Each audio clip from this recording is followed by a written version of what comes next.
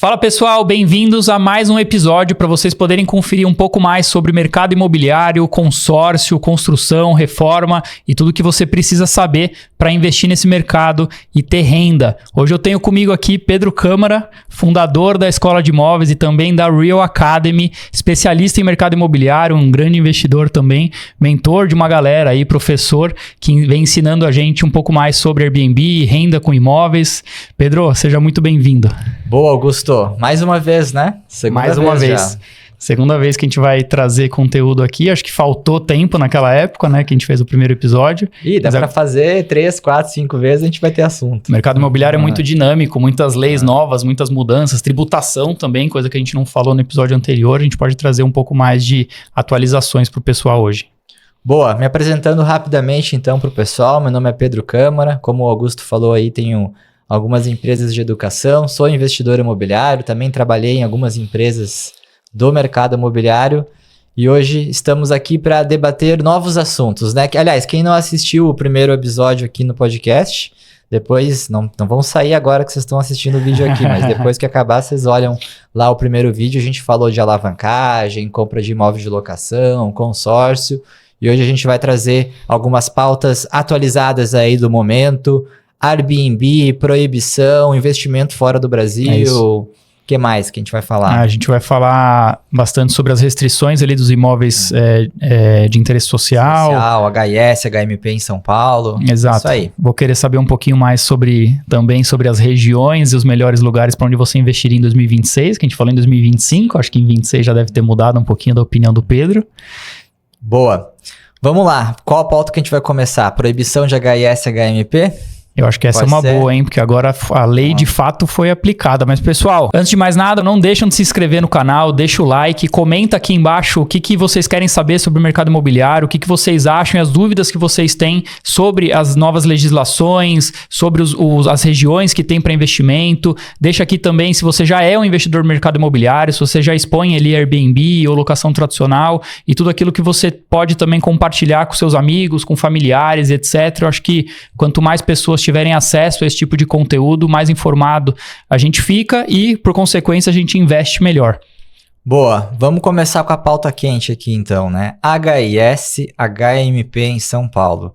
Para quem nunca ouviu esses termos, né? Isso de fato, pessoal, é uma legislação municipal de São Paulo. Apesar de existir a sigla HIS em financiamentos e imóveis até de uma esfera federal, o que a gente está falando aqui de HIS e HMP não tem relação com Minha Casa Minha Vida, né? Então a gente está falando de uma lei municipal da cidade de São Paulo, onde lá atrás, né, Augusto, em 2014, quando fizeram lá a revisão do plano diretor, criou-se um incentivo para a construção de moradias populares em bairros melhores ou não, né? Na verdade, não tem restrição em relação aos bairros, mas a ideia era que fosse produzido pela iniciativa privada imóveis em locais perto de transporte público, em zonas com mais acesso a trabalho, etc.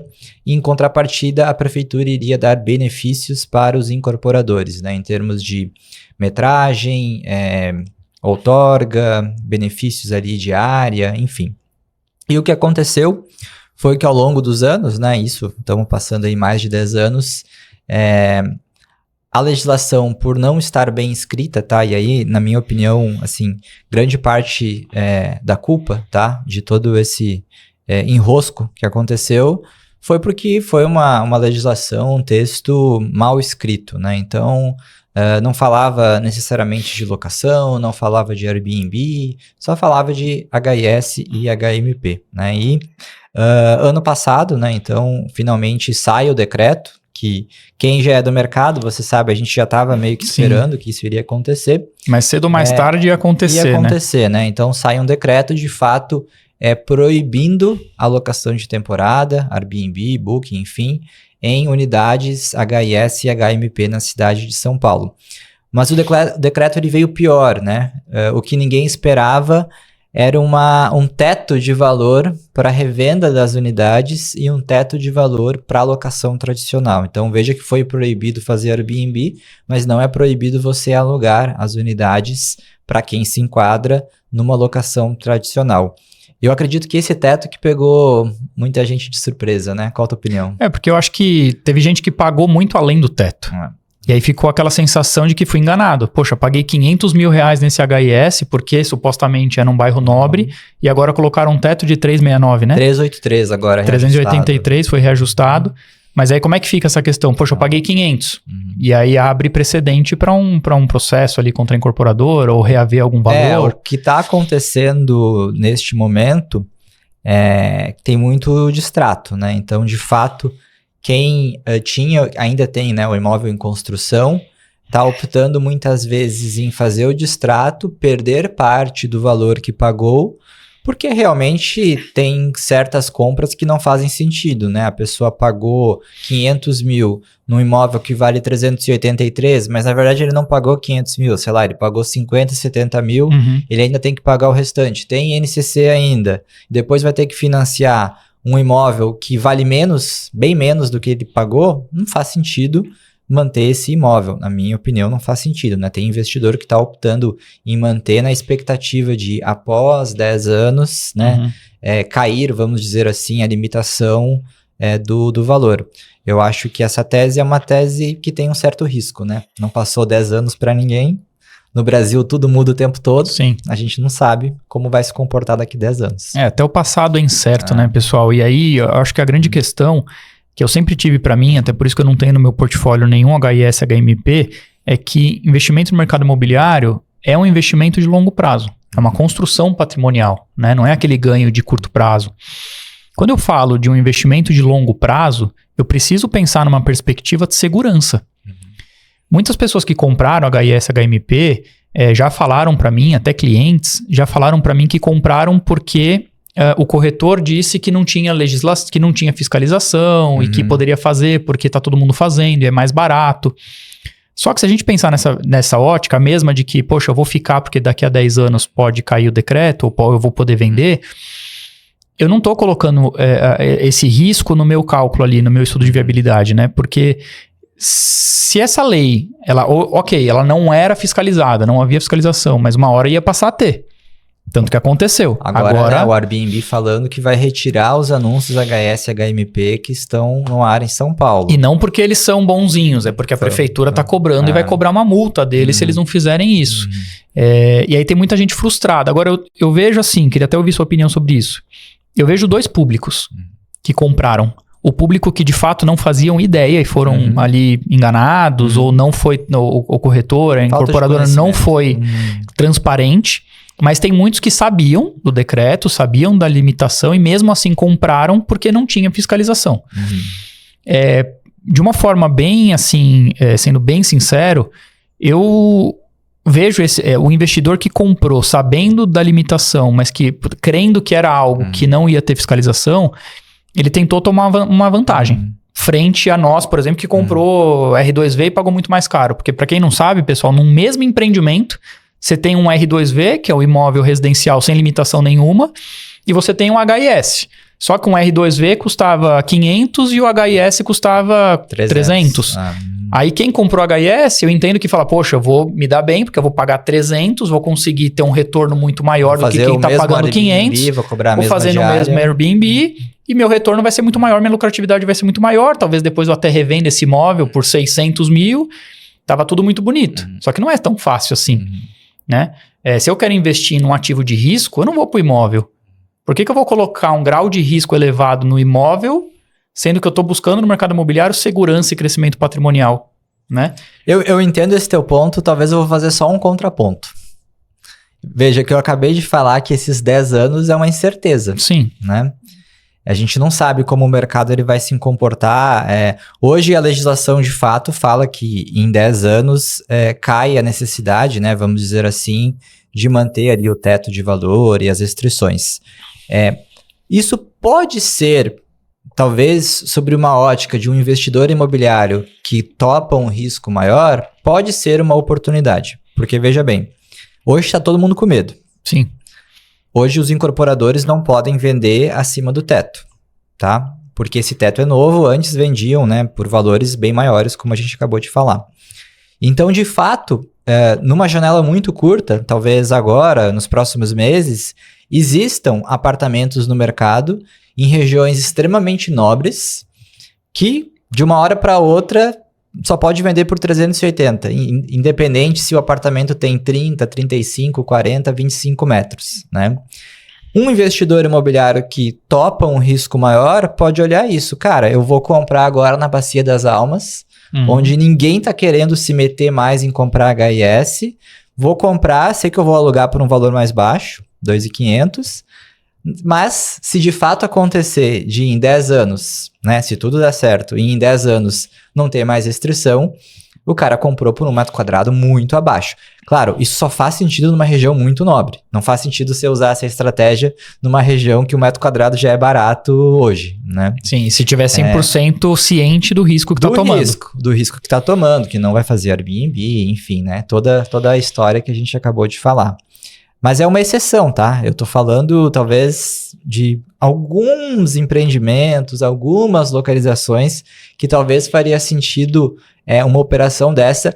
E eu não recomendaria isso para alguém que tem poucos imóveis ou alguém que está comprando ali o primeiro, segundo, terceiro imóvel. Isso aí é para quem já está querendo brincar um pouco mais e tomar um pouco mais de risco. Porque eu concordo com você, via de regra, no mercado imobiliário a gente quer tomar menos risco. Sim, e para quem não sabe, pessoal, também, essas nomenclaturas de imóveis com interesse social foi permitido que o investidor comprasse nele como primeiro proprietário, né? Então, da incorporadora direto, o investidor, mesmo que tenha renda superior aos limites do HIS e HMP, ele poderia comprar, mas ele não pode vender para quem tem renda superior aos limites, que está em quanto hoje um HIS e um HMP? Um HIS hoje está numa renda de aproximadamente R$9 mil por mês. Familiar, né?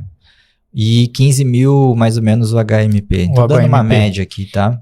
Então, assim, não dá para falar também que é uma baixa renda, né? Assim, mesmo em São Paulo, um casal que ganha 15 mil reais é uma renda considerável, assim, não é uma renda ruim, né? Então, o programa, ele vai desde uma classe média baixa até uma classe média, eu diria. É que eu acho, a minha dúvida tá na seguinte, né? Porque tem muita gente que vai ficar com o ativo, né? Tem clientes meus, inclusive, que decidiram ficar, o projeto inicial era fazer Airbnb, já entenderam que não vai ser possível, vão fazer locação tradicional, ok. Eles vão ficar, não vão fazer o extrato, só que qual que é a questão? Eles compraram numa perspectiva de ter uma receita muito maior do que o que eles vão ter agora. Vai ser menor. Porque vamos pensar assim, se um HIS, ele tem o inquilino, que ele vai ter que ser um locatário, né? Uma locação tradicional, ele só pode ter uma renda familiar de até R$9 mil, quanto que ele suporta de um pagamento de aluguel, sabendo que ele ainda tem condomínio, IPTU, outros custos? Eu sei esse número na cabeça, porque eu tenho um que a gente está fazendo locação certificada agora, e o inquilino, ele vai suportar algo na casa de 2.400, 2.500 mais condomínio IPTU. Só que aí eu imagino que quem comprou um imóvel num bairro mais nobre, HIS, visando ali uma rentabilidade maior, de 3.500 ou 4, 5 mil reais, se fosse numa Vila Olímpia, numa região bem nobre, não vai conseguir ter esse retorno. Mas no longo prazo pode fazer muito sentido, pensando na valorização desse imóvel pós 10 anos, né? Exato. Então, quem comprou pensando num aluguel de 4 mil reais, isso não vai acontecer mesmo o cara tendo um HIS num bairro super nobre como Itaim, por exemplo, Pinheiros, enfim, né? Alguns bairros que tem. Ainda tem gente batendo muito de frente com isso, dizendo ali que, como que vão saber? Eu vou fazer um contrato, como que a imobiliária vai contar para a prefeitura, como que tá funcionando esse tipo de... Eu acredito que essa fiscalização, ela não vai ser uma fiscalização manual, né? Porque seria inviável pela quantidade de unidades, mas eu acredito que muito em breve a informação ela vai estar muito conectada, né? Então eu acredito que a maneira mais fácil de fazerem isso no futuro vai ser via imposto de renda, né? Então você vai ter ali a declaração, o CPF do imóvel. Eu acho que essa triangulação que deve no futuro ser a maneira mais factível, vamos dizer assim, de fiscalizarem. Eu acredito que ainda que existam muitas imobiliárias que não sejam do digital, né, como Quinto Andar, etc., o próprio Airbnb, que são plataformas digitais que a prefeitura consegue intervir e controlar, elas devem agora, por causa do CPF do imóvel, elas devem começar a ser obrigadas a declarar essas Mas locações. Mas é que as imobiliárias hoje, independente de se for uma imobiliária de bairro, ela já faz o de mob, né? Então já dá para pegar a prefeitura. Ela já, assim, não para a prefeitura, mas para a Receita, né? Uhum. Aí eu não sei, por isso que eu falei, eu não sei o quanto que a prefeitura está integrada com a Receita Federal, enfim, mas é o que eu falei, eu acho que talvez não é algo que vai acontecer agora, mas à medida que a tecnologia vai evoluindo, esses sistemas públicos, eles devem estar mais integrados. E o Airbnb tá derrubando, né? Bloqueando os anúncios. E sabe que bloqueou e aí teve gente que falou que voltou também, né? Então eu não sei exatamente como que tá isso, né? O Booking se negou a derrubar os anúncios do HIS, falou que a prefeitura, não adiantava a prefeitura mandar apenas uma planilha genérica, que precisava mandar efetivamente quais eram os imóveis para derrubar. E aí, quem tá certo, Booking ou Prefeitura de São Paulo? Olha, eu me colocando na posição do Booking, eu acho que não sei se eu faria diferente, porque olha, você tá querendo que eu derrube meus clientes, me prove que esses clientes estão contra a regra aqui. Você, tipo... Me manda uma planilha com endereço só, me dá o que é, matrícula, tipo de imóvel, quem é, o apartamento certinho, deixa eu conflitar aqui pra não ser injusto, né? Às vezes, imagina, eles derrubam o anúncio de um cliente, era indevido, o imóvel não era HIS, esse cliente entra com processo contra a plataforma. Então, pensando no lado corporativo, eu entendo também esse fato. Óbvio, tem uma questão também financeira de não querer perder cliente. Mas faz um jogo ali de dificultar um pouco mais para a prefeitura, mas ao mesmo tempo tá nada mais do que cumprindo ali um requisito para deixa eu me certificar de que eu vou bloquear os clientes certos. Eu acho que sim, a prefeitura ela não tem uma base de dados organizada e ela tá tentando terceirizar o problema para a empresa privada, né? Meu filho, toma aí uma planilha de Excel e te vira para conseguir encontrar quais são os anúncios. Só que a empresa privada... Enfim, também tem uma estrutura de pessoas, né? Imagina a quantidade de anúncios, vai fazer manual, procurando na planilha. Mesmo com uma IA, não sei o quanto tempo isso demoraria, e aí fazer a conferência manual, né? Novamente, você vai sair derrubando anúncio daqui a pouco de empresas. Sim. Então, a prefeitura querendo talvez transferir uma responsabilidade dela, e a empresa privada tentando tirar o dela da reta também, né? Sim, mas e aí, será que o Airbnb ele aceitou essa planilha genérica e pegou e começou a derrubar? E aí voltou, aí o pessoal não identificou de fato, aí ele não tem comprovação, então ele tem que devolver o anúncio pro cara. Não sei, pode ser. Porque ficou uma confusão lá, mas a galera tava meio desesperada até no grupo lá, mandando, meu anúncio foi bloqueado, e agora o que eu faço? Aí eu fiquei vendo e falei, poxa, isso era questão de tempo, né? Eu tô hoje em São Paulo, né, na verdade... eu vou ter 2 NRs para Airbnb, né? Então, talvez já prevendo um pouco desse movimento, eu fui mudando a minha carteira e hoje o que eu vou ter efetivamente de Airbnb serão 2 NRs. Uma a gente tem no mesmo prédio até. Sim. E uma outra que eu comprei também ali na Vila Clementino. E eu acredito que com toda essa confusão do HIS e HMP...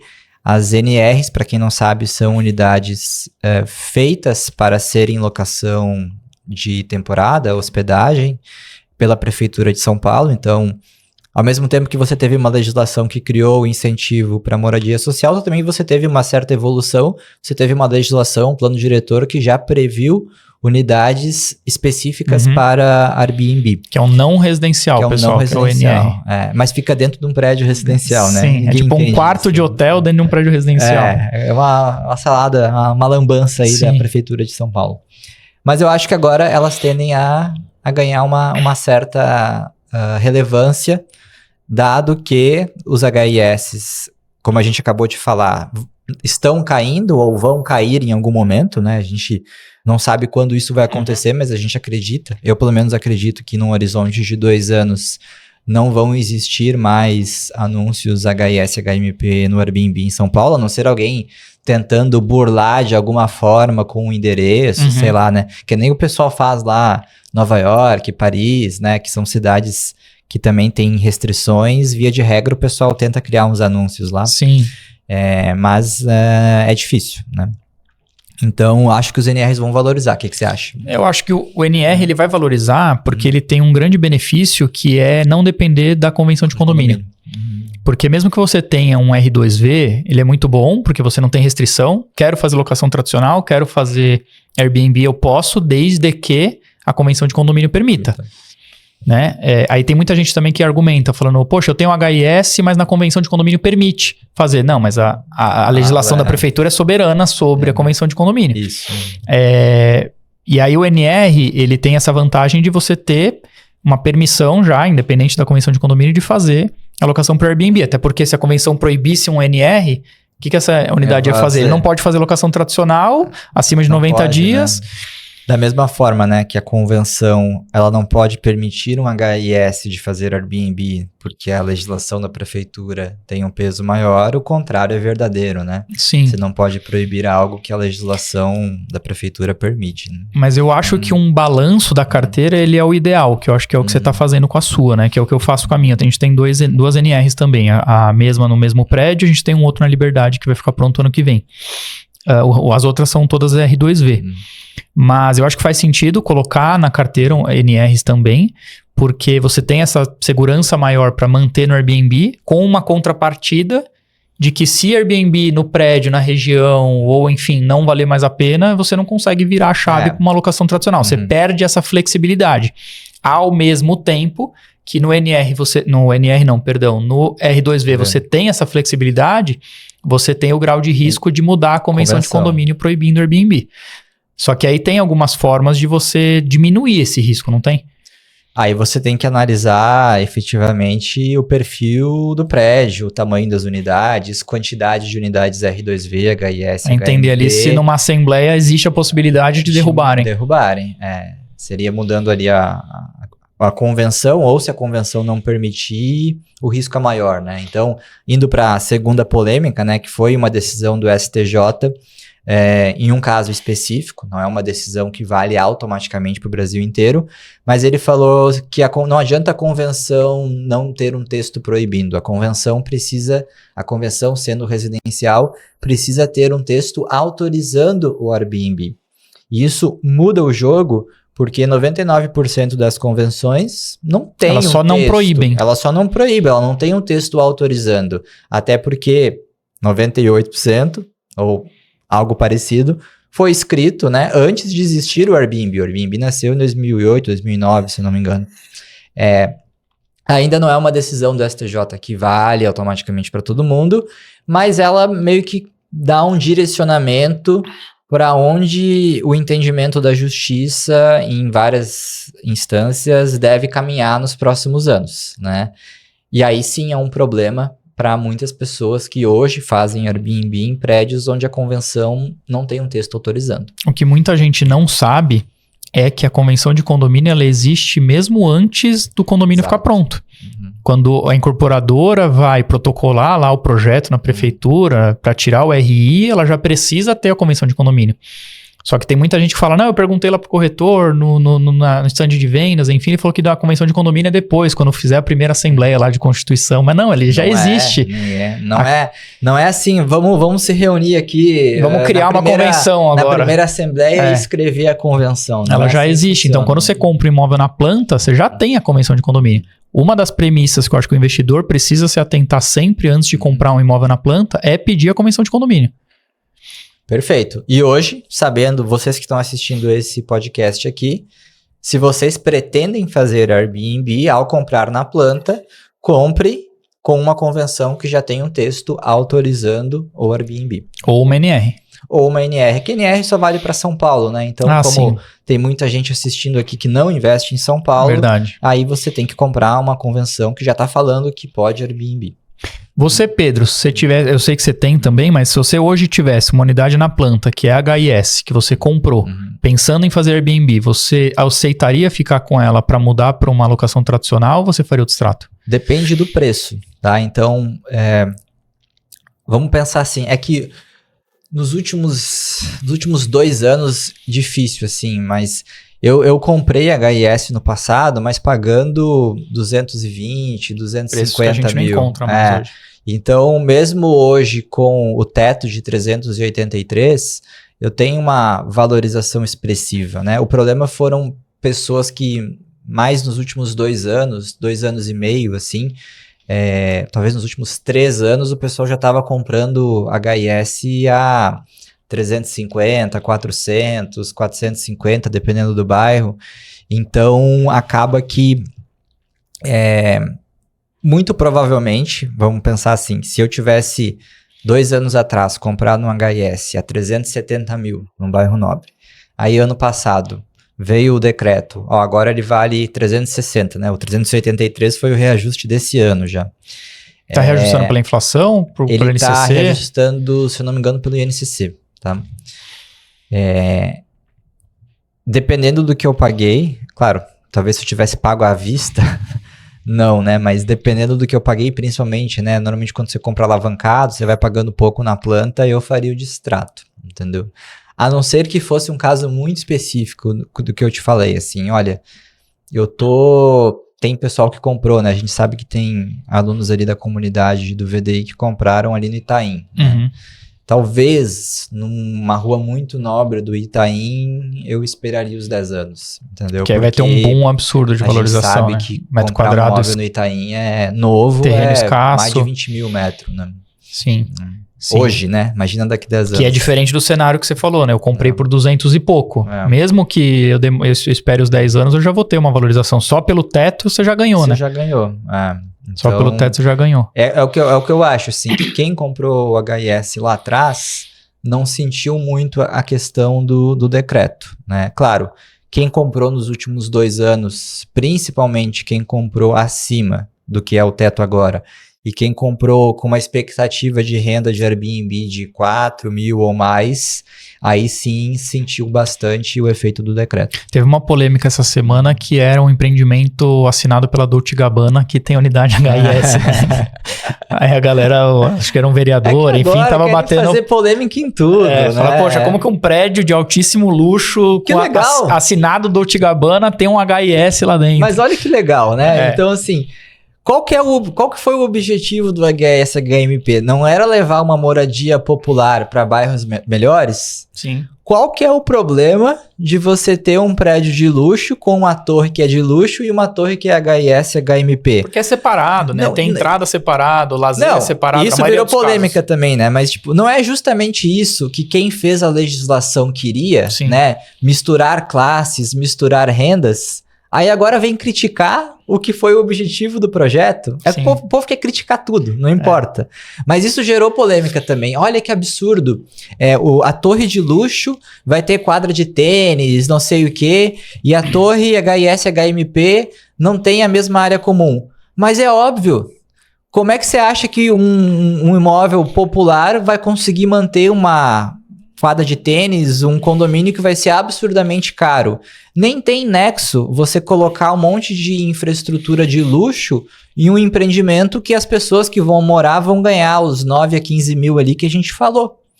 Isso na Europa é a mesma coisa. Quando você tem lá em Londres, por exemplo, um empreendimento que no mesmo, né, conjunto você tem unidades com teto de locação, e isso já existe lá há muito mais tempo do que aqui em São Paulo, ninguém tá criticando, tem entrada separada. Na verdade, o pessoal tá falando, puta, que legal, fizeram um empreendimento de luxo, mas também pensaram na população que não ganha tanto e vai morar no mesmo bairro. Tem um contraponto, né? Fala, pô, você tá pagando 12 mil metros quadrados no empreendimento que o de luxo é 25, 30 mil. Tem um porquê disso. O seu condomínio também vai ser proporcional ao que tem na sua unidade, torre versus o outro. Não tem como você entregar o mesmo luxo, o mesmo entretenimento ali de área de lazer de um para o outro, né? Mas isso tem gerado muita polêmica, até a questão das placas que estão colocando agora, né, nos empreendimentos. Eu não sei se foi independente de um vereador ou se foi a própria prefeitura que fez uma campanha pedindo para as pessoas fotografarem as placas ou fotografarem os empreendimentos que não tem a placa ou que estão em desacordo com a legislação, porque agora todo empreendimento que tem que ter uma placa grande lá da prefeitura, laranja. Da HIS HMP. Aí imagina lá, Dolce & Gabbana, não sei o que, a plaquinha do lado lá, empreendimento de interesse social. É meio destoa, né? Destoa, mas era o propósito da legislação. Assim, eu acho que a ideia era boa. A ideia é boa. Eu vou trazer as pessoas que normalmente moram em regiões mais periféricas afastadas, né, que trabalham no grande centro, mas precisam se deslocar 2-3 horas de transporte público. Eu vou facilitar com que essas pessoas tenham acesso à moradia próximas a grandes centros onde está o trabalho. Perfeito. A ideia é boa. O problema foi a execução. O problema foi, novamente, o texto mal escrito, enfim. Que aí o que aconteceu foi que ao longo dos anos, a prefeitura ela foi, né, através de decretos e mais recentemente, né, através da revisão, depois de 10 anos do plano diretor, foi melhorando essa escrita, né, que na verdade já deveria ter sido feita de uma forma melhor lá em 2014. Mas acho que agora acabou, acho que agora tá tudo muito claro, né, para todo mundo o que pode e o que não pode. Sim, se você tem dúvida aí sobre HIS, HMP, deixa aqui nos comentários do vídeo que o Pedro vai respondendo vocês, né? E Estados Unidos, Augusto? Estados Unidos. Eu vou te falar que você trouxe uma oportunidade recentemente que eu fiquei sonhando com ela. Lá? Mas muito. Ainda mais por estar junto, né? Conta um pouquinho pro pessoal sobre esse investimento novo do Pedro e da Renata. A gente começou, quando eu voltei trabalhava na Bélgica, eu voltei para o Brasil em 2018, a gente começou muito focado em São Paulo, né? Então você que me acompanha já há bastante tempo, sabe que a gente começou comprando muito imóvel pequeno em São Paulo, e nos últimos anos a gente começou a diversificar um pouco mais. E a ideia de investir no mercado imobiliário americano, ela sempre existiu. Mas eu sempre achei que fosse algo muito inacessível para um investidor, vamos dizer assim, pequeno, tá, pessoal? Eu sou um investidor pequeno comparado a grandes investidores, fundos, etc. Eu sempre achei, isso não é para mim. Talvez como muitas pessoas estão olhando aqui o podcast e pensam que talvez comprar um imóvel para fazer Airbnb locação também não é para ela. Sim. Né? E a gente já mostrou, né, inclusive no primeiro episódio aqui no podcast, que dá sim para você comprar imóvel com consórcio, alavancado, enfim, sem ser milionário. Exato. E aí a gente começou a namorar a ideia. E primeiro a gente quase acabou comprando lá aquelas casinhas populares do Section 8 para alugar, mas aí acabou não indo para frente. E aí recentemente a gente, o pessoal lá dos Estados Unidos, né, a empresa lá veio, olha, por que a gente tem um projeto aqui de construir casas populares, casas novas para venda. E eu sempre achei que isso fosse algo extremamente caro e que não permitisse a alavancagem de um brasileiro. Veja que eu não sou residente nos Estados Unidos, eu tenho um visto de turismo, você não consegue normal, financiar lá. Eu sempre achei, não tem como eu comprar um terreno lá e financiar a construção de uma casa, que nem a gente faz aqui, né? Você compra um terreno, enfim, pega o financiamento da Caixa ou de algum outro banco e constrói. E aí, quando eles mostraram lá o projeto, eu falei, cara, é mais barato comprar terreno na Flórida do que comprar terreno nos Estados Unidos. A gente pagou $20 mil por 1.000 metros quadrados em um terreno numa cidade próxima de Orlando, 1h30 de Orlando. Isso dá, vezes 5, R$100 mil. Você não compra um terreno de 1.000 metros quadrados a 1h30 de uma cidade grande no Brasil. De jeito nenhum. No interior. Mesmo no interior, um terreno de 1.000 metros quadrados próximo de um centro urbano, ele vai custar mais de R$100 mil, concorda? Sim, concordo plenamente. Ou o terreno no Brasil tá caro, ou o pessoal na Flórida... eu acho... Tem muita terra na Flórida, né? Sim. Tem muita terra lá. Exato, eu acho que é uma região que ainda cresce muito e cresce a uma velocidade absurda. Tem muita empresa se mudando para a Flórida, muito por causa de políticas também, questão de emprego. Então tem muita empresa saindo de Nova York, indo para a Flórida, Miami principalmente, tá crescendo muito, sempre foi muito turístico, mas agora tá crescendo muito o polo corporativo por questões políticas e tributárias. E aí a Flórida vai crescendo de uma forma orgânica e tem muita oportunidade ainda. Tem muita oportunidade imobiliária ali, principalmente quando você sai das cidades mais convencionais ali de Orlando, os bairros mais... eu tô falando aqui de um terreno que custou $20 mil de 1.000 metros, não é em Orlando, pessoal, não é na cidade, né? Obviamente não é num condomínio fechado, nem nada disso. É uma rua que nem foi asfaltada ainda, né? É quase zona rural, vamos dizer assim. Você caminha algumas quadras ali, você vê umas fazendas com vaca. E aí, o que a gente descobriu é que a gente consegue sim pegar um financiamento lá. Eles nem olham o teu IR do Brasil, porque não é um financiamento para comprar uma casa para moradia ou para locação, é um financiamento à construção. Então, o que o banco lá ele olha é se o negócio para de pé. Se o terreno, a construtora, quanto que você vai gastar na obra, por quanto que você quer vender a casa, se o negócio tem uma viabilidade econômica para ele te emprestar o dinheiro para construir a casa. E ele, obviamente, não vai emprestar todo o dinheiro, né? Então, você tem que pagar ali os Ele vai dividir o risco. Paga os 20 mil para comprar o terreno. Você iria, né? Normalmente você iria precisar mais uns 155 mil dólares para construir uma casa popular, tá? Uma casa de 130 metros quadrados de área privativa. Mas você consegue fazer esse processo todo com 70 mil dólares, tá? Então, o seu desembolso, o que você precisa ter de capital é 70 mil dólares, não necessariamente, né, de uma única vez, né? Você vai espalhando aí esse fluxo de caixa na obra, até vai sendo reembolsado ao longo da obra. Mas olha, 70 mil dólares é muito mais acessível do que eu pensava que seria para conseguir comprar um terreno e construir uma casa para vender na Flórida. E como que foi esse processo para identificar a região, identificar a cidade, o terreno, o construtor, até o acesso a esse financiamento, essa parte mais burocrática de documentação? Boa, a gente fez através de uma empresa, né? Então, é uma empresa de brasileiros, tem muito brasileiro na Flórida, e eles já estão lá no mercado há mais de 10 anos, onde eles desenvolvem essas teses, né? Não somente para construção de residência, mas imóveis comerciais também. E eles, o que eles identificaram, tá?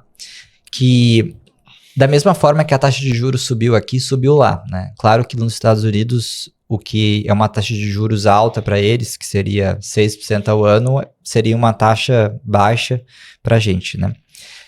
Mas lá subiu, e para o americano ficou mais difícil comprar um imóvel também.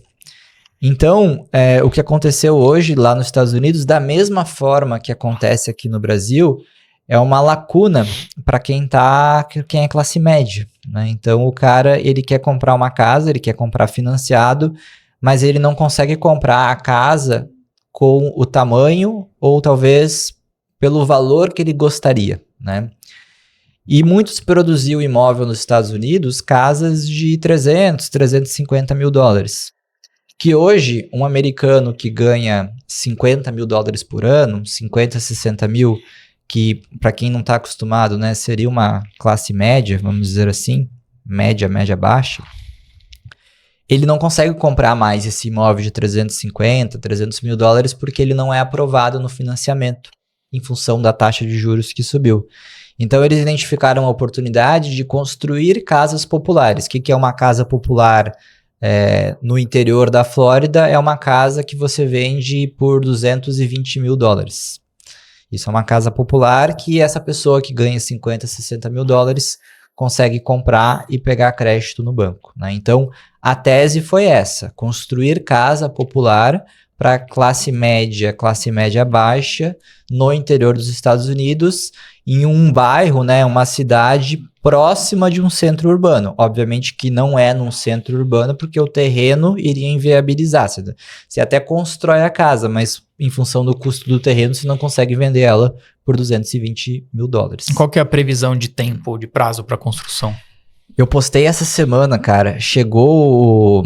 bloco de tijolo de cimento, né, que a gente tá construindo lá, é uma casa térrea, né? Chegou segunda-feira, na quarta-feira todas as paredes externas da casa já estavam prontas. Os caras já são tudo muito rápido.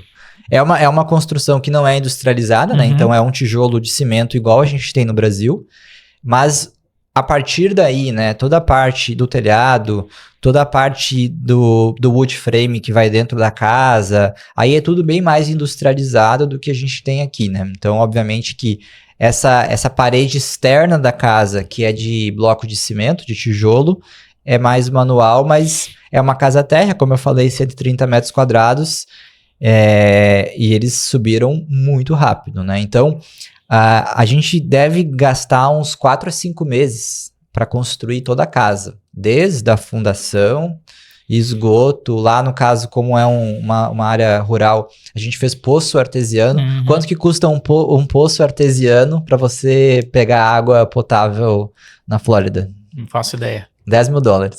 É caro. Se for pensar sobre o valor, que seria 150 mil, 155, o custo de construção é algo um valor... que no Brasil é mais comum. É um valor relevante, né? Então lá se faz o poço e tem que fazer a fossa também, porque não tem rede de esgoto passando ali na rua. Então veja que é realmente um bairro do interior, né? Não é uma área super urbanizada.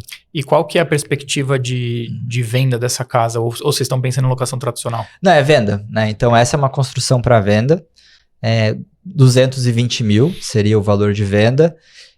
A expectativa é um ROI entre 15% e 18% no período de 12 meses, tá? Então, a ideia não, né? Está sendo, né? Comprar o terreno, aprovar na prefeitura, construir e vender em 12 meses. E então, a ideia é um ciclo rápido. E aí vocês querem repetir o processo? Aí sim. Não necessariamente vai ser no mesmo bairro, né? Porque aí você tem que entender como que tá a demanda daquele bairro. Tanto é que esse construtor em específico, ele tá fazendo 15 casas nesse bairro. Ele não quer fazer mais do que 15, com medo de você, ao mesmo tempo, colocar muita casa para vender ao mesmo tempo no mercado que é limitado, né? Então, é um bairro do interior, não vou botar 50 casas ao mesmo tempo para vender, porque eu vou ter muita competição de produto parecido, né? Então, depois que vender, a gente vai ver exatamente qual que vai ser o próximo projeto. O legal, Pedro, é que quando você identifica uma oportunidade dessa, você entrou em contato e conseguiu essa incorporadora lá de brasileiros na Flórida, você entrou nesse modelo, só que você trouxe essa oportunidade para os membros do VDI, né, da comunidade. Isso que eu acho muito legal, você não entra em algo sozinho, você identifica uma oportunidade e fala, pessoal, que foi o que você fez, tô entrando nisso daqui, funciona assim, assim, assado, quem quiser entra aqui nesse grupo separado, a gente vai entrar junto, e aí é bacana porque quem for investir já entrou com uma curadoria do Pedro. Fala, poxa, legal, eu gosto do trabalho do Pedro, admiro ali a experiência dele e eu tô entrando junto com ele no empreendimento. Exato. E novamente, o que eu tô fazendo, eu tô tomando risco junto com todo mundo. Não tem então, garantia nenhuma, mas pelo menos se a gente demorar sabe... para vender a casa, demorou para vender a minha, né? Então, é esse o risco do negócio. O que é legal do pessoal entender, mas 15% é a renda fixa no Brasil. Mas é diferente. Em dólar. 15% em dólar vale mais do que 15% em real. Sim. Então, a gente não pode comparar as rentabilidades, porque a gente está comparando uma moeda que é mais forte. E se a gente considera esse reinvestimento, né, no médio e longo prazo, quantos por cento o real se desvalorizou em relação ao dólar nos últimos 10 anos? Então, eu acho que assim, 15% talvez seria o ideal, assim, eu ficaria contente com 1% ao mês, né? Então, pensa se eu consigo ter 1% ao mês em dólar ao longo dos próximos 10 anos, além da desvalorização do real, que muito provavelmente vai continuar acontecendo, né? Por isso que 15% em dólar é mais do que 15% em real. E você já tem alguma ideia de próximo investimento lá, região? Tende a ir para um padrão, subir um pouquinho de padrão ou mudar de cidade? Olha, se identificar que ainda tem oportunidade dessas casas populares, eu repetiria. Porque é um ciclo muito rápido e a gente sabe, né? Da mesma forma que o Minha Casa Minha Vida é gigante aqui e o Minha Casa Minha Vida é o que sustenta o mercado imobiliário do Brasil, né? Mais de 60% dos lançamentos em São Paulo são Minha Casa Minha Vida. Eu entendo que esse mercado de moradia popular lá, ele deveria crescer também, né? Então, a mesma forma que o brasileiro tem a renda comprimida pela inflação, o americano também, né? Então, eu acredito muito tanto no mercado popular quanto no mercado de luxo, né? Então, sim, dá para ganhar dinheiro construindo residências de luxo nos Estados Unidos, só que não vai ser com $70 mil, né? É um ticket muito maior. Seria, me corrija se estiver errado, mas seria a mesma tese do que você faz no Brasil? Ao invés de investir num apartamento de luxo de R$2 milhões, você prefere comprar vários menores compactos de 1 dormitório, 2 dormitórios, ao invés de você investir numa casa de luxo muito mais cara lá, talvez comprar construir 2, 3 casas lá mais populares. Pode ser. Você dilui mais o risco. Você precisa de $200 mil para construir uma casa de um padrão melhor alavancado, você faz 3 casas populares ao mesmo tempo com o mesmo valor. Sim, mas nada impede de talvez com o avanço dessa experiência no mercado imobiliário americano, você conseguir começar a direcionar uma parte desse capital já, porque aí você vai conseguir reinvestir o próprio ganho de capital que você tem lá. Tudo que você investiu lá, mais o que você ganhou de capital novo, fica lá para reinvestir. Exato, essa é a ideia. E aí você talvez começar a direcionar para alguma coisa de uma região mais valorizada, porque possivelmente o retorno, você acha que o retorno é maior, a margem? Eu acho que o retorno, ele deve ser parecido. A margem é maior, tá? Então, assim, aqui uma margem, uma casa de condomínio aqui de 15, 20 milhões, ela tem, obviamente, uma margem maior do que uma casa de 2 milhões, tá? Isso é indiscutível. Só que, claro, né, a velocidade de venda, ela talvez vai ser maior também, e o capital necessário é muito maior do que uma casa popular.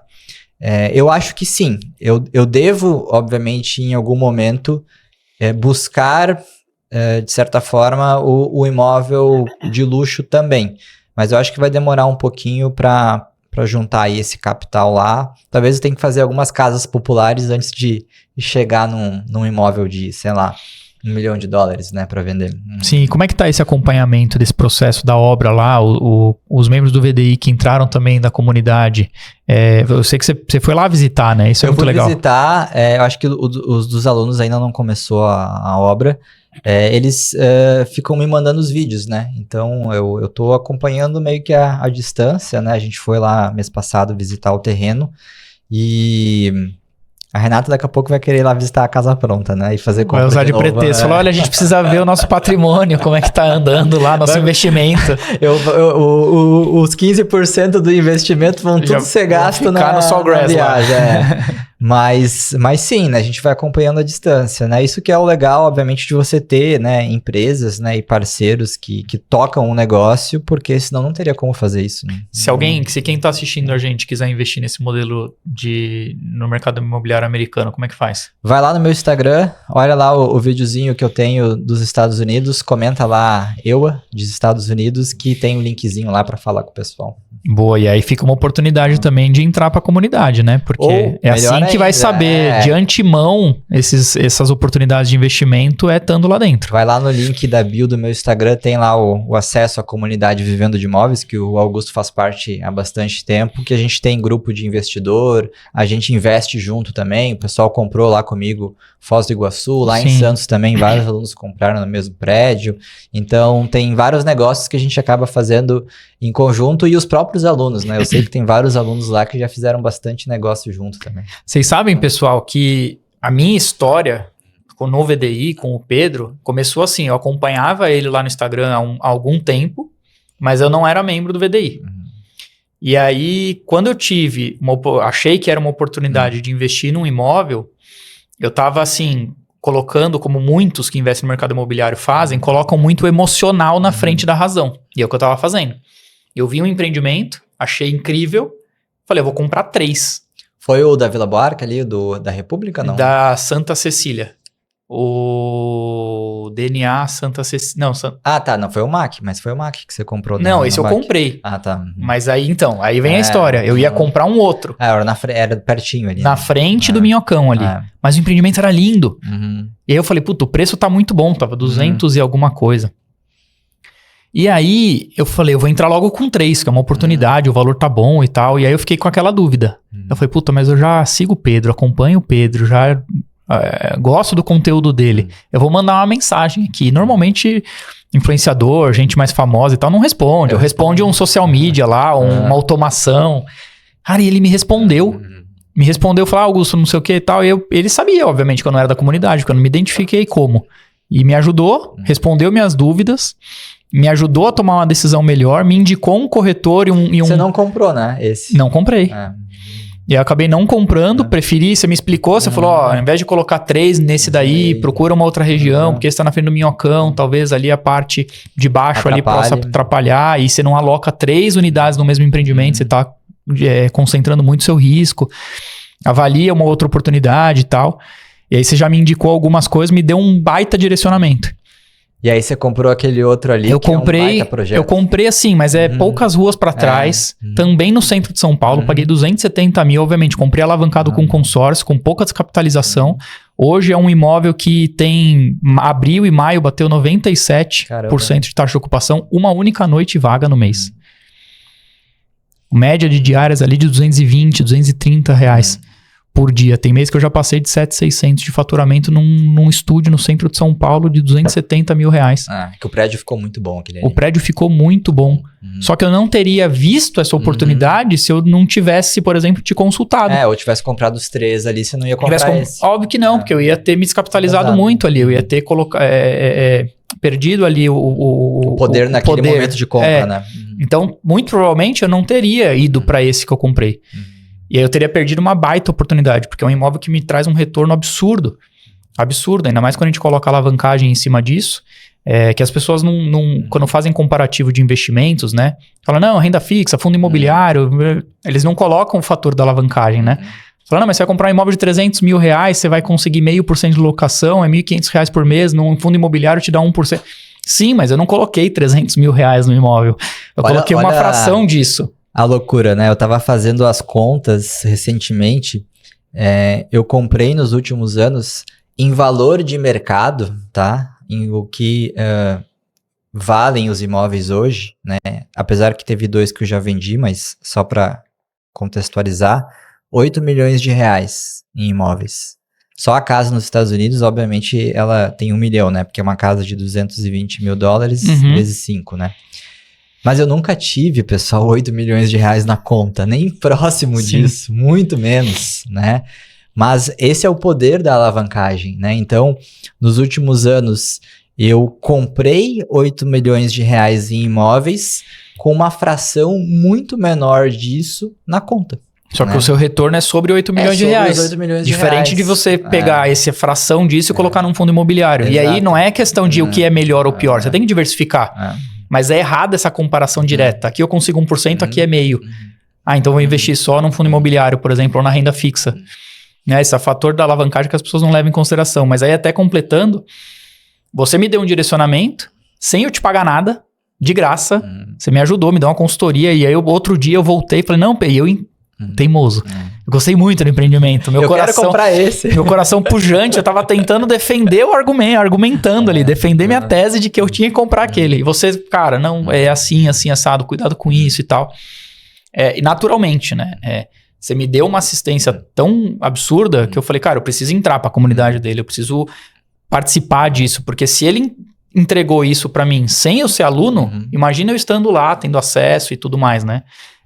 Eu acho que esse fator do que você primeiro agregou em valor para depois receber algo por isso, eu virando cliente, etc., ter a contrapartida que fez muita diferença. Você podia ter falado, Augusto, o link da comunidade tá aqui, entra aqui que aí eu te ajudo. Depois eu respondo. Depois eu respondo. Você não mediu isso, você não contou isso, né? Eu acho que esse depoimento aqui que eu queria fazer pro pessoal que tá assistindo, que vale muito, sabe?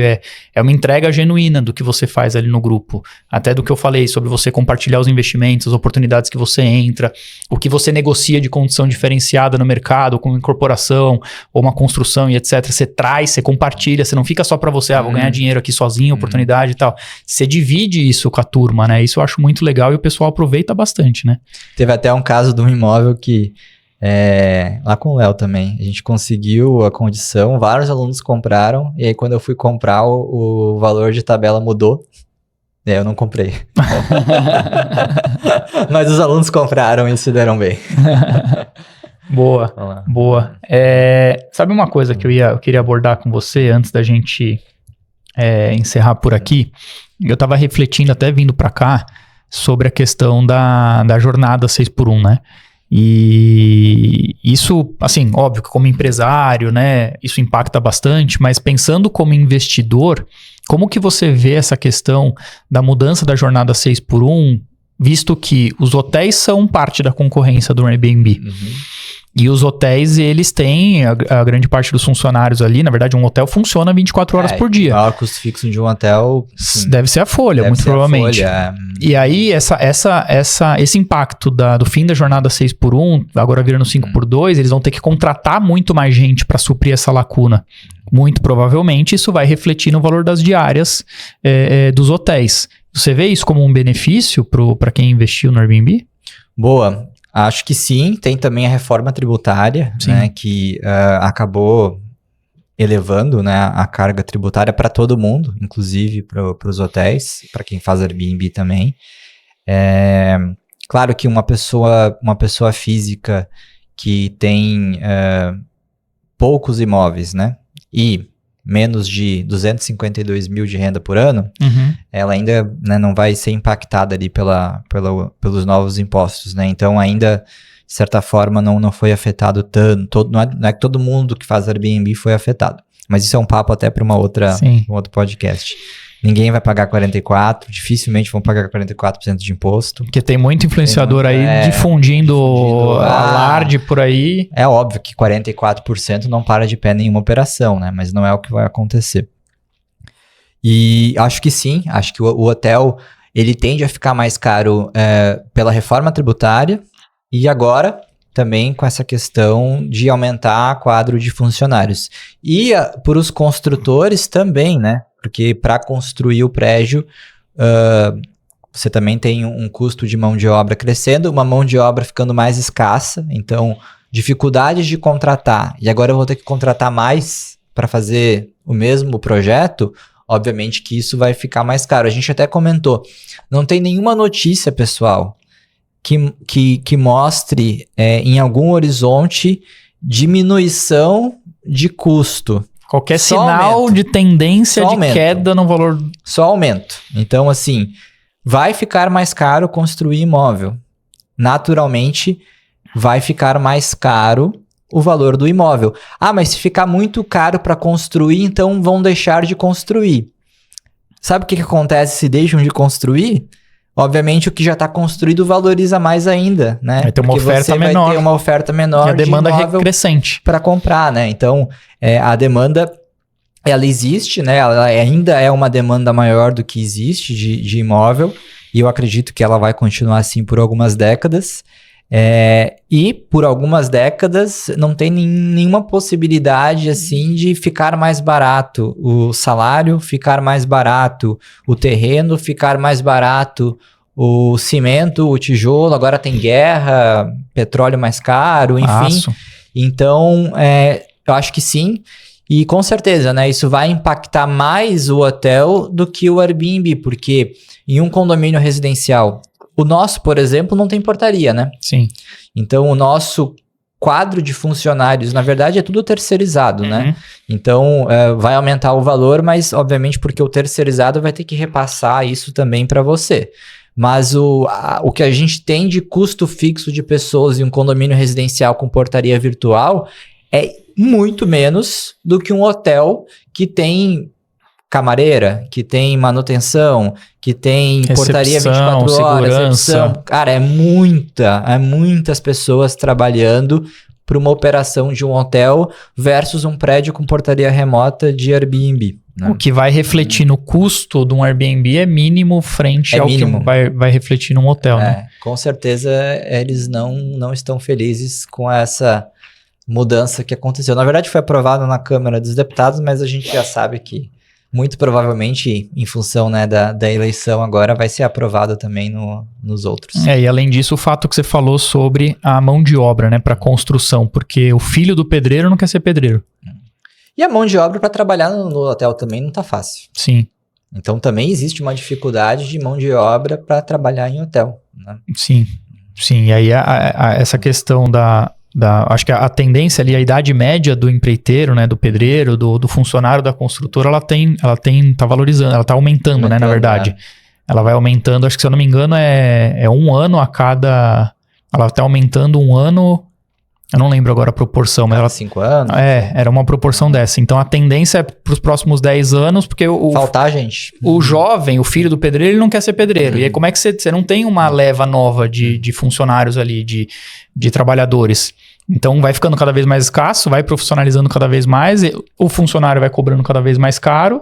Assim, acho que talvez algo que pode acontecer, que nem acontece nos Estados Unidos, onde você tem uma migração de pessoas de outros países, né? Eventualmente, pode começar a ter uma migração de pessoas de países mais pobres da América Latina para trabalhar no Brasil. Acho que isso pode acontecer, né? Ficou tão caro contratar o brasileiro, ou o brasileiro não quer trabalhar mais em construção civil, que você acaba tendo pessoas de países da América Latina que têm uma condição de vida muito inferior nesses países que querem morar no Brasil. Eu nunca tinha refletido sobre isso, mas eu acho que pode ser algo que aconteça nos próximos 20 anos no Brasil. O que você acha? Eu acho sim, viu? Porque... a gente tem, por incrível que pareça, a gente tem países próximos que têm uma situação de vida muito pior que a nossa. A nossa parece ruim, mas tem países muito piores. E a gente tem um cenário ali de 50 milhões de pessoas que não trabalham. Que têm idade e são economicamente ativas, mas não trabalham. Porque estão recebendo algum tipo de benefício social. E cada vez menos as pessoas querem o trabalho duro ali, né? De um pedreiro, de ficar no sol a sol, enfim. Tem outras formas hoje de ganhar dinheiro com meios alternativos, transporte de aplicativo, entregas, internet. Então você tem formas hoje de ganhar dinheiro que antigamente não tinha. Então cada vez menos o brasileiro quer trabalhar nesse tipo de serviço, né? E os números mostram isso, né? Da dificuldade de contratação das incorporadoras, que vai refletir na valorização imobiliária. No final do dia, é bem isso. Sem contar a questão também da escassez de terreno em grandes centros, que é um outro fator. Então, quando a gente pensa numa construção de patrimônio em imóveis, tem um porquê disso, né? Até historicamente, a gente olhar a curva de valorização imobiliária, ela mostra que é um bom investimento. E quando a gente vê esse tipo de mudança, seja a reforma tributária, seja a que impactou também as incorporadoras, seja a reforma da trabalhista, da escala, a escassez de terreno, a idade média do pedreiro, enfim, tudo isso mostra que o investimento imobiliário ele é sólido e para o longo prazo tende a trazer mais segurança, né, para o investidor. Mesmo. E uma forma de você diminuir esse risco e aumentar a sua exposição ali a uma rentabilidade é a alavancagem. Seja com financiamento, seja com consórcio, fazendo de forma bem estudada, entendendo os números, fazendo um estudo de viabilidade do empreendimento, que também não é só comprar imóvel, né? Mas tem um fulano lá que comprou imóvel e perdeu dinheiro. Claro, gente. Assim como qualquer também, coisa. Né? Você pode comprar um carro que vai valorizar mais do que o outro. Se você não entender o que você está investindo, não é só colocar dinheiro. Tem que estudar um pouquinho, né? Tem que entender aonde. Uma das formas de conseguir se conectar com isso é estando num grupo ali de investidores, tendo alguém ali que te explique sobre o modelo do que você está fazendo. A comunidade do VDI ajuda muito com relação a isso. Tirar muita dúvida. Muita gente manda lá, fala, poxa, eu tô vendo esse empreendimento, o que vocês acham? Fica tirando dúvida. Ou projeto, será que eu faço isso, faço aquilo? Ficar dividindo ali com a turma, né? É uma forma de diminuir esse risco, né? De investir e talvez conseguir ter uma rentabilidade melhor. Mas foi algo que eu mesmo fui aprendendo ao longo dos anos, sabe? De começar a me expor cada vez mais ao mercado imobiliário. Hoje eu tenho uma diversificação para outros ativos, então renda fixa, renda variável, etc. Mas cada vez mais eu estou direcionando, sabe por quê? O imóvel blinda patrimônio. Né? César Hayek já falou sobre isso, que o avô dele falava, né? Isso me pegou muito. Por que o imóvel blinda patrimônio? Porque ele dificulta com que você tenha acesso àquele capital para algo supérfluo. Se eu tô com o dinheiro na renda fixa, e aí eu vejo lá meu filho encantado com o Mickey num desenho, não sei o que, eu falo, pô, amor, vamos pra Disney agora? A grana tá lá, tá na renda fixa, é só fazer o resgate ali, Disney, né? O imóvel não vai deixar com que você faça isso. Ele vai blindar seu patrimônio. Fala, não, peraí, você tem que botar o imóvel à venda, vai demorar X meses, você tem que pagar comissão, você tem que... Você não vai vender um imóvel para fazer uma viagem. Então, pensando na construção patrimonial, isso faz muito sentido, né? Porque ele blinda eu de mim mesmo. Dessa atitude emocional. De eu pegar algo, me deslumbrar com algo, ou às vezes tomar uma decisão infundada num investimento. Às vezes parece, nossa, tem uma rentabilidade absurda. Você tem uma história sobre isso, né? Tem história de debênture incentivada. E aí você fala, poxa, é só pegar a grana e botar lá. Se você tiver uma barreira do tipo, não, pera, tá em imóvel, eu preciso vender o imóvel, será que vale tanto a pena assim? Você vai ter dias para pensar sobre isso. E aí talvez você não entre naquele negócio, não tome aquela decisão de compra num carro. Fala, nossa, lançou um carro, você vai lá, só saca a grana e põe. E o imóvel, ele blinda isso. E o brasileiro, e eu me incluo nisso, tá? Quando eu falo brasileiro, etc. E isso do carro é curioso, forma... assim, eu e a Renata, a gente assim, será que a gente dirige um carro de 90 mil reais, né? Aí, ó, pessoal, vocês estão falando com um cara com patrimônio superior a 8 milhões de reais. Os imóveis valem isso. Ué, mas é um patrimônio. Mas você tem isso alocado em imóveis, com um carro de 90 mil reais. Fica uma lição aí, você está refletindo. Quanto dinheiro eu tenho em imóveis? Qual que é o valor do meu carro? O valor do meu carro versus o que eu tenho em imóvel. E aí eu sempre fico assim, puta, mas tá na hora de comprar um carro melhor, né?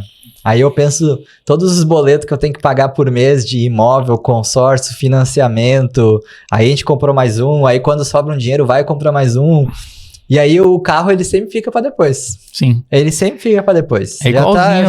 Já tô há um tempão falando do carro, e aí no fim a gente trocou ano passado ou esse ano e foi novamente por um carro mais simples, tá? Um carro de 90 mil não é um carro de luxo no Brasil, mas porque sempre tem ali os compromissos dos imóveis que acabam sendo a prioridade, né?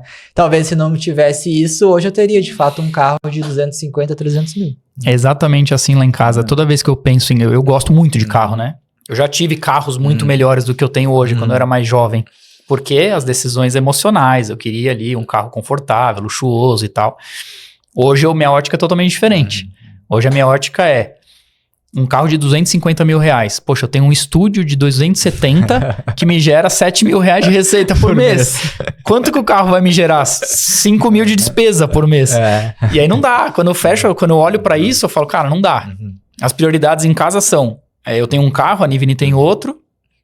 Infelizmente a gente mora em São Paulo, então a gente tem carro blindado, mas assim, são carros blindados de uma forma conservadora. Com custos baixos. Custos baixos, mas que tenha que ser seguro, um carro seguro, confortável, né, com tudo que precisa, mas sem um valor exuberante. Você entendeu? É aquela compra racional, que sejam econômicos. A gente tem um carro híbrido e um carro a diesel. O carro dela é diesel e o meu é híbrido. É o carro dela que a gente usa para viajar e o meu é para usar no dia a dia. Mas sempre compras racionais, compras conservadoras. Se eu olho pro Augusto do passado, o Augusto do passado ia estar falando, você tá louco? Vou ter um Porsche. Que tiozão com esses carros aí que você tá usando, que não sei o que, você entendeu? Mas eu não tinha essa concepção de blindar patrimônio. Eu ganhei sim muito dinheiro já, né, na vida e tal, com empresas, né, com as coisas que eu faço. Mas eu gastei muito também. Mas por quê? Porque eu não blindei patrimônio, eu não tinha essa noção de como é que eu faço para blindar eu de mim mesmo. Aí eu consigo hoje, olho minha reserva de emergência, olho meus outros tipos de investimento que eu tenho liquidez, mas eles são mais fáceis de eu sacar e tomar uma decisão precipitada do que no imóvel. O imóvel eu estou construindo um legado. O imóvel eu estou deixando para os meus filhos, para os meus netos. É um patrimônio que eu não consigo acessar ele de uma forma fácil. Então, quando as pessoas falam também que imóvel você perde liquidez, de fato, mas isso é bom. É bom, tem um lado positivo. É bom, tem um lado positivo. A gente tem que entender que o brasileiro não tem uma cultura financeira forte, não tem uma educação financeira forte, diferente de outros países mais desenvolvidos. Eu me incluo nisso, né? Dado a história que eu já falei das outras coisas. Até em empresa eu já investi, entrei em sociedade porque eu estava com dinheiro. Uma sociedade que eu perdi, assim...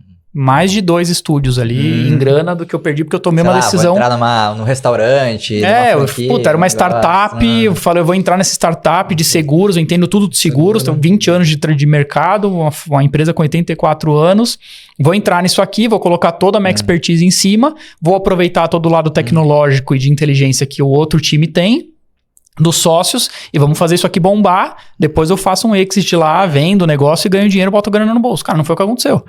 Por quê? Eu não olhei os detalhes, não olhei os números, tomei uma decisão porque eu tava com grana. Cara, tem que investir em 10 startups para uma... E perdi 2 imóveis. Sabe quando que eu faria esse tipo de coisa? De entrar numa startup, tomar um risco desse tipo, sendo que, cara, eu poderia ter comprado 2 imóveis, que hoje ia estar com patrimônio, ia estar me gerando renda, mas nunca. Mas são coisas que a gente vai aprendendo. Eu falo que eu não me arrependo, eu já me arrependi desse tipo de decisão. Só que sabe por que eu não me arrependo mais? Eu não rebolo, porque eu aprendi, cara. Isso fez com que eu tomasse decisões mais conscientes. Fez com que formasse o Augusto de hoje. Isso fez com que eu ficasse calejado. Se eu não tivesse tomado lá atrás, talvez eu ia tomar agora. Numa escala maior, talvez. Uma escala muito maior, um risco muito maior. Eu já tenho esposa, eu tenho filho, eu tenho gente que depende de mim. Se eu tomo uma decisão dessa e perco uma grana dessa, tem gente ali. Quando eu tomei esse tipo de decisão, era eu comigo mesmo. Era meu dinheiro, eu mesmo, eu investia e eu trabalhava e tá tudo bem. Hoje não. Hoje o risco é muito maior, a perda é muito maior. E aí cada vez mais eu vou tomando decisões mais conscientes, decisões mais racionais, pensando muito bem e como que eu faço investimentos de longo prazo. Né? O brasileiro ele tem uma tendência, a gente vê muito isso com consórcio. O brasileiro quer ganhar dinheiro rápido. Eu quero pôr dinheiro aqui, quando contempla, por quanto eu vendo essa carta, mas aí eu vou comprar um imóvel, quanto que eu vou ganhar? Falar, não é bem assim. Dá para você fazer dinheiro rápido com consórcio? Dá. Mas você vai agregar um risco muito maior também. A tendência, o principal benefício do consórcio é você fazer com planejamento, você usar o longo prazo a seu favor.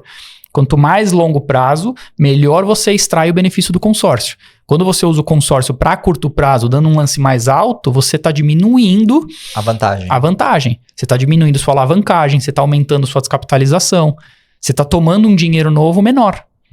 Você vai diminuindo o benefício do produto. Tem muito lance por aí que a galera dá sem instrução, que fica mais caro que financiamento. Adianta eu dar um lance de 70% no consórcio, 80%, como eu já vi gente dando, porque não tem instrução, não tem instrução no sentido, não tem gente auxiliando, não tem uma assessoria. Fiz aqui, contemplei rápido, tá? Mas a que custo? Põe na ponta do lápis, financiamento sai mais barato.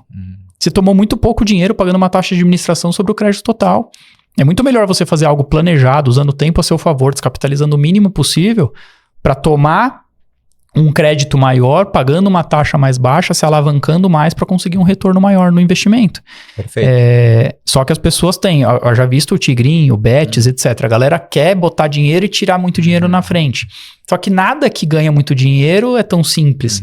Todo dinheiro a mais, todo dinheiro maior, toda rentabilidade maior, ela está atrelada a um risco muito maior também. Né? E a forma de você conseguir cada vez mais diminuir isso e tomar decisões mais racionais estudando muito bem o que você está fazendo, buscar diminuir risco, mas ao mesmo tempo usando o tempo a seu favor, que aí consórcio faz isso, a compra alavancada seja com financiamento, mas investimento em imóvel faz isso. Imóvel na planta, que você vai pagando as parcelas, que é um bom. Nem sempre é a melhor solução, porque a gente já sabe que tem muito imóvel pronto que está igual ou mais barato do que na planta. Também tem que fazer conta. Tem que fazer conta.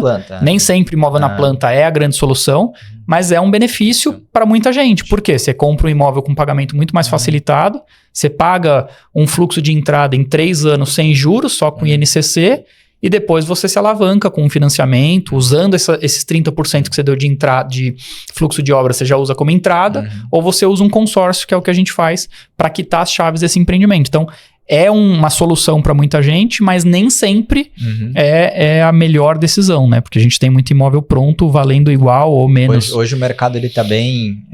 como lançou muito nos últimos anos, muito imóvel ficou pronto.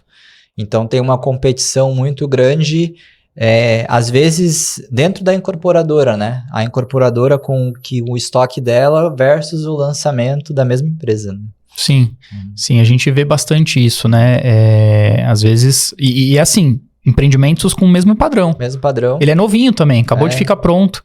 Só que às vezes, ou tem gente que não se planejou e tá no contrapiso ainda, tem muito imóvel que ficou pronto. Ou tem gente que chegou na hora de pegar o financiamento e não conseguiu. Porque o juro subiu, teve que devolver o imóvel, aí o incorporador tem que revender de novo. E aí fica com estoque lá, e aí são oportunidades, que às vezes o investidor vai olhar para o imóvel na planta, só que tá pagando lá 350 no imóvel na planta, tem um pronto com o mesmo padrão, na mesma rua, pelos mesmos 350. Até que ponto vale você pagar 350 hoje para ter ele pronto daqui a 3 anos, pagando mais INCC, se você tem um pronto agora, 350? Eu prefiro o pronto novo. Agora, ao mesmo tempo que não adianta nada a gente falar que o pronto é melhor se o cara não tem 30% para dar de cash, 20% na entrada de um financiamento ou num lance de consórcio. Aí ele não compra nenhum dos dois. Não compra nenhum dos dois e gasta o dinheiro. E gasta o dinheiro. Exato. Mas é uma reflexão muito, muito bacana a gente poder fazer essa troca aqui. E, Pedro, acho que a gente conseguiu abordar alguns pontos aqui a mais. Vai ficar de novo aquele gostinho de quero mais. Também. A gente vai ter que fazer mais um episódio para continuar, até porque, pessoal, o mercado imobiliário é muito dinâmico, né? Da próxima vez vai ter outros assuntos de novo. Muita coisa mudou já de 2025 para cá. A gente trouxe temas novos, às vezes até as oportunidades, o que você está entrando, trazer também onde você está investindo, porque cada ano muda e a gente vai mudando ali o portfólio, os nossos imóveis, o foco, mas vai ficar aqui o convite para mais um episódio para a gente fazer esse bate-papo. Boa, aceito. Você quer aproveitar agora alguns minutos para falar um pouco da Real Academy? Boa, pessoal. Eu acho que vale a pena. Talvez você já me conhece, né, da Escola de Imóveis, mas recentemente a gente fundou uma outra empresa, inclusive o Augusto faz parte lá do nosso clube de negócios, que é a Real Academy, ou Real Academy, né, se falar em inglês, onde a gente montou uma escola presencial de mercado imobiliário, para falar de house flipping, leilão, Airbnb, construção, marketing, vendas, todos os assuntos relacionados a investimento imobiliário. Então, você que tem vontade, né, de aprender, mas não quer fazer algo online, quer fazer algo presencial, são 2 dias, sexta e sábado, as imersões, na Zona Sul de São Paulo, perto do aeroporto de Congonhas. Você vai lá, fica 2 dias com vários professores de mercado, então não é somente o Pedro que dá aula, e vai ter uma experiência realmente verdadeira de mercado, tá? Então não é blá blá blá, não é palestra motivacional, são de fato conteúdos produzidos por quem, né, por profissionais que trabalham no mercado imobiliário, para você que também quer investir no mercado imobiliário. Fica o convite, Real Academy Edu é o nosso Instagram. Boa, pessoal, vale a pena, hein? Eu faço parte lá do clube, né, de investidores da Real Academy, o Real Club, e as imersões são excelentes, porque muitos dos influenciadores que provavelmente eles seguem ali do mercado imobiliário também dão aula lá. E aí é uma forma deles terem acesso de uma forma muito mais concreta do que no digital. E falando a verdade, até por mim mesmo, cansa um pouco o conteúdo digital, online. Poxa, ficar noites ali assistindo aula, muita gente também já cansou disso, porque é muito conteúdo digital. E muita gente dando aula hoje em dia, muitas pessoas que não tem nem, né, nem colocar em prática de fato o que eles estão ensinando. E ali é algo que os profissionais que estão trazendo estão ali, são investidores de fato, eles executam tudo aquilo, e é uma aula presencial. Isso para mim tem um valor absurdo quando a gente compara com o digital, né? Boa, e todo dia tem happy hour lá, você vai assistir a aula e depois vai trocar ideia comigo lá. E aí tem um acesso direto e pessoal ao Pedro ali, ao Carlos Bale do House Flip e tantos outros. É uma forma de vocês poderem aprender e ainda ter acesso a esses investidores e o pessoal que já teve sucesso com algo que vocês estão investindo. Boa, fica o convite, pessoal. Real Academy Edu. Valeu, Pedro. Obrigado pelo episódio. Valeu, Augusto. Obrigado pelo papo. Pessoal, se você gostou desse conteúdo, de novo, não deixa de se inscrever no canal, deixa seu like, compartilha com aquele amigo, familiar, com as pessoas que você sabe que esse conteúdo pode ser interessante. Deixa nos comentários aqui o que vocês acharam do que a gente falou aqui sobre investimento nos Estados Unidos, sobre a legislação de HIS, HMP, as dúvidas que vocês tiverem desse tipo do mercado imobiliário e também sobre Airbnb. Deixa aqui nos comentários o que vocês têm de dúvidas, mas também a experiência que vocês possam ter com relação a esses temas. E não deixem de conferir o nosso canal. A gente vai ter episódios aqui a cada 15 dias. Muito obrigado pela sua audiência e até a próxima.